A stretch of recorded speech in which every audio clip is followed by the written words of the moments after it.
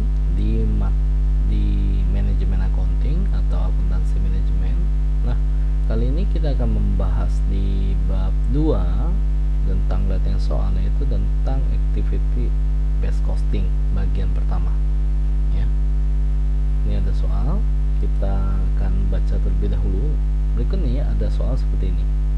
PT Harapan Bangsa membuat 2 jenis produk dengan rincian sebagai berikut. Ada jenis produknya ada meja Yaris dan kursi Yaris, satuannya masing-masing adalah unit. Kuantitas masing-masing itu meja Yaris 2500 dan kursi Yaris 2500. Bahan langsung untuk meja Yaris ada 125 juta, kursi Yaris 100 juta. Untuk upah langsung meja Yaris yaitu 150 juta dan kursi Yaris itu 175 juta. Biaya operate pabrik sebagai berikut, di mana bahan tidak langsung ada 150 juta, upah tidak langsung ada 50 juta, depresiasi 25 juta, supervisi 35 juta, utilitas 12 juta, asuransi pabrik 10 juta dan lain-lain rupa-rupa itu 18 juta. Total BOP ada 300 juta rupiah. Berikut ini ada konsumsi aktivitas atas kegiatan PT Harapan Bangsa sebagai berikut. Untuk jenis produk meja Yaris dan kursi Yaris dibebankan pada jam mesin yaitu 10.000 jam dengan 5.000 jam, total ada 15.000 jam. Untuk pemasangannya ada 4 dan 6, totalnya 10. Packing masing-masing ada 2.500 dengan total 5.000. Setup juga sama, masing-masing 2.500 dengan total itu ada 5.000.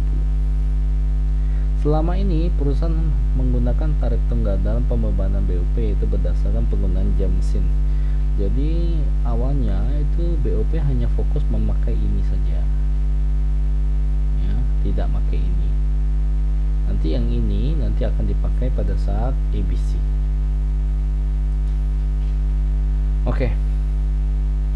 Hitunglah harga produksi per unit barang meja Yaris maupun kursi Yaris dengan metode alokasi BOP konvensional. Berarti kita akan menghitung BOP konvensional hanya menggunakan dengan jam mesin sesuai dengan statement ini ya. Setelah itu, manajemen perusahaan menyewa seorang konsultan dalam rangka penerapan activity based costing atau ABC. Dengan bantuan konsultan didapat bahwa biaya overhead dikategorikan sebagai berikut. Ada jenis aktivitas pemasangan yaitu 80 juta, setup mesinnya 30 juta dengan pengepakan 40 juta dengan total BOP-nya ada 150 juta. Dengan cost driver yaitu satuan dari unitnya ya, satuan biayanya yaitu adalah frekuensi pemasangan, frekuensi setup dan jumlah dari packing. Jadi nanti makanya adalah frekuensi setup, frekuensi pemasangan, frekuensi setup dengan packing ini, jumlah packing ya. Kemudian hitunglah harga pokok produksi per item produk dengan metode ABC. Nanti kita akan membandingkan antara persentase overstate dan understate atas penerapan dari traditional costing. Maka nanti kita akan memberikan kesimpulan apa atas dari overstate maupun understate yang terjadi. Berikut ini ada cara pengerjaan untuk metode alokasi BOP konvensional. Untuk harga pokok produksi per unit dengan metode konvensional diperoleh dengan rumus tarif BOP sama dengan total BOP dibagi dengan jumlah jam mesin. Total BOP di tabel yang pertama ini 300 juta dengan total jam mesin 15.000. Maka 300 juta dibagi dengan 15.000 dapatlah tarif BOP-nya adalah 20.000.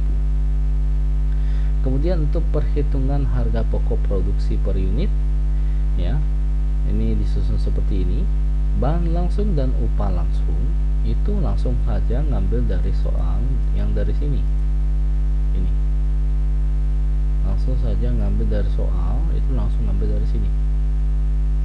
Sedangkan untuk BOP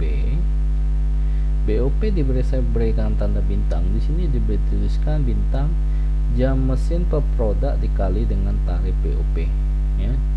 Jadi 10.000 kali 20.000 dan 5.000 kali 20.000. Maka diperoleh 10.000 dikali dengan 20.000 dapat 200 juta, kemudian 5.000 dikali 20.000 dapat 100 juta.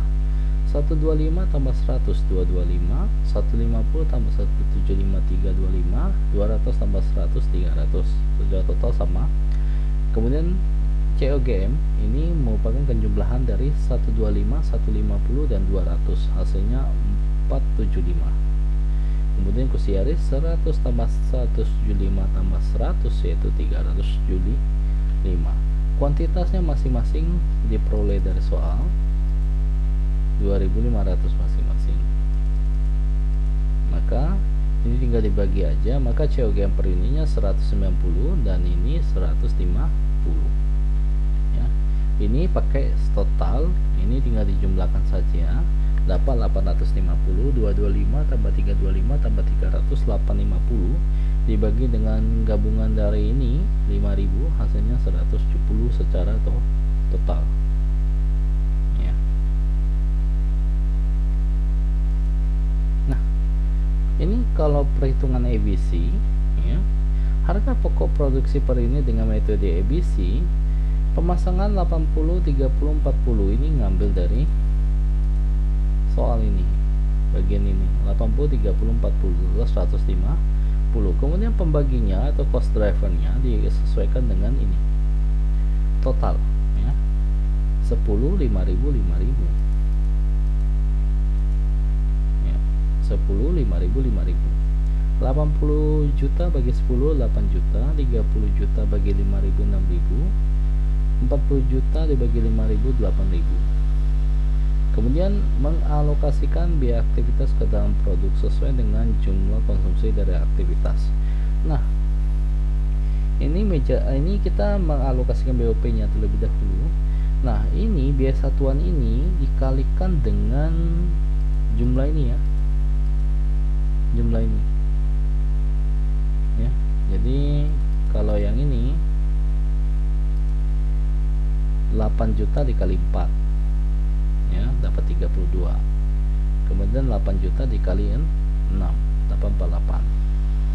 Kemudian 6.000 dikali 5, 6.000 dikali 2.000 setup ya, setup itu 5,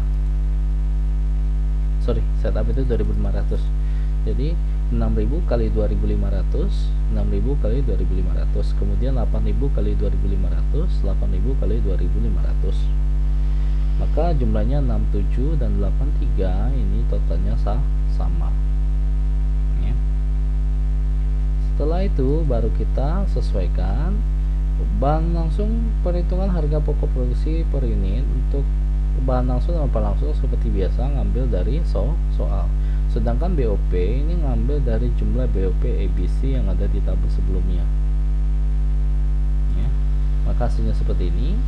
COGM total dari 3 ini, 3 tim total 125 150 67 342 100 175 83 358 225 325 150 700. Kemudian kuantitas masing-masing 2.500 2.500 total 5.000 dibagi dapat 136 800 dan 143 200 total 140. Maka kalau kita perbandingkan antara tradisional dengan ABC, maka terlihat ada perbedaan ya. Penilaian tradisional terlalu tinggi ya dengan ABC, maka sebutnya adalah understate ya. Karena tradisional lebih tinggi, ABC-nya lebih rendah, karena kita ini fokusnya di ABC. Jadi penilaian ABC itu terlalu rendah dibandingkan dengan tradisional, maka disebutnya adalah understate. Lisinya seperti ini ya. Kemudian dari kesimpulan, dari hasil perbandingan diketahui terjadi understate untuk meja Yaris dan kursi Yaris. Kesalahan ini dapat mengakibatkan hal-hal sebagai berikut: terjadinya kekeliruan penetapan harga jual sehingga dapat terindikasi kalah harga dengan pesaing ya. Ini kalau ini lihat ini jelas, kalau kita buat harga seperti ini, kalau kita patokan dengan modal segini, ini kita buat modalnya harganya 250, ini 200 ya misalkan. Dibandingkan dengan ini kita bisa buat ini buat dalam bentuk 175 ya, bisa terindikasi kalah harga dengan pesaing. Kalau pesaing harganya lebih murah, tentu orang akan mencari ke pesaing. Kemudian kesalahan dalam penilaian kerja jika perusahaan dalam menetapkan desentralisasi. Ini kesalahan ini muncul karena ada perbedaan penilaian ini ya, sehingga dilihat bahwa komponen biaya ini sangat berlebihan ya, komponen biaya di sini sangat berlebihan, akan terindikasi bahwa terjadi penggabungan biaya yang sifatnya tidak wajar yang menyebabkan terjadinya kesalahan pada penilaian kinerja, padahal sebenarnya nggak kayak gitu ya. Oke, sekian untuk pembahasan hari ini. Jikalau ada yang kurang jelas, nanti bisa didiskusikan atau ditanyakan di Google Classroom seperti biasa. Baik, terima kasih, sampai jumpa kembali.